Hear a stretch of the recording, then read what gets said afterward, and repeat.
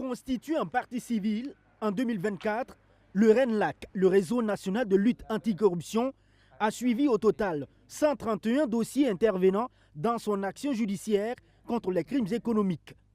Parmi ces dossiers, 17 se sont tenus sur l'initiative du réseau.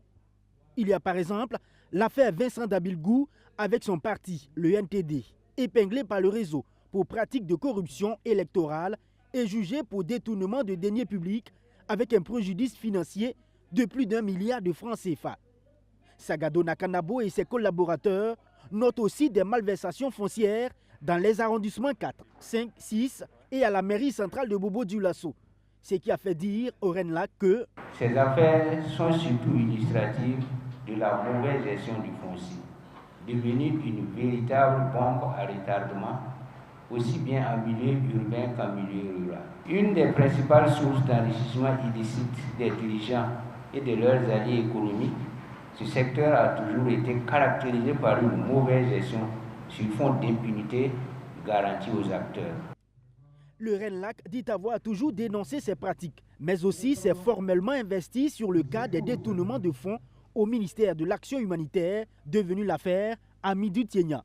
L'affaire a été jugée, les condamnations sont tombées et vont de 6 à 15 ans de prison avec des amendes pécuniaires, des actions judiciaires qui trouvent satisfecit chez l'organisation de la société civile, mais se projettent sur la suite du dossier.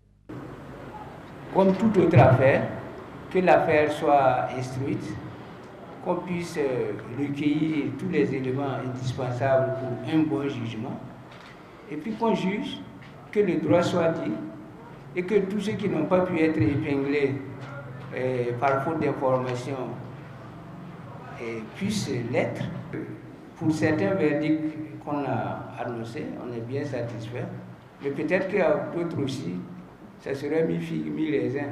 Du reste, pour 2025, le combat reste le même.